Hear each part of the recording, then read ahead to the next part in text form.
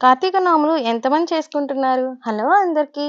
కార్తీక మాసంలో పెట్టే కార్తీక దీపం ఎంత ఫేమస్సో ఈ కార్తీక నోములు కూడా అంతే. ఈవెన్ మనం అనుకున్నా అవ్వదు.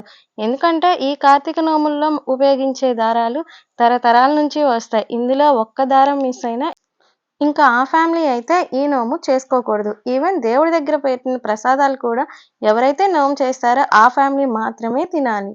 మాకైతే ఈ నోములు లేవు కానీ మా వదిన వాళ్ళైతే ఈసారి ఈ నోములు చేసుకుంటున్నారు. ఇంకా మా ఇంటి ఆడపిల్ల పూజ చేసింది కాబట్టి మేమైతే బట్టలు జరిపాము. అలాగే పూజారి చేత మేము కూడా ఆశీర్వాదం తీసుకున్నాము. ఇంకా ఈ నోముల గురించి ఏమైనా మీకు తెలిసుంటే కామెంట్ చేసేయండి.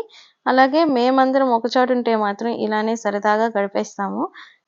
వచ్చిన ప్రతి ఒక్కళ్ళకి అయితే తను పసుపు, కుంకుమ పెట్టింది. అలాగే తనకు కూడా అందరూ జరిపారు. ఇక పూజ అయిపోయిన వెంటనే అందరం కిందకెళ్ళి భోజనం చేసేసాము. చూసారుగా మొక్కుకునేటప్పుడు కూడా వీళ్ళైతే మమ్మల్ని వదలట్లేదు.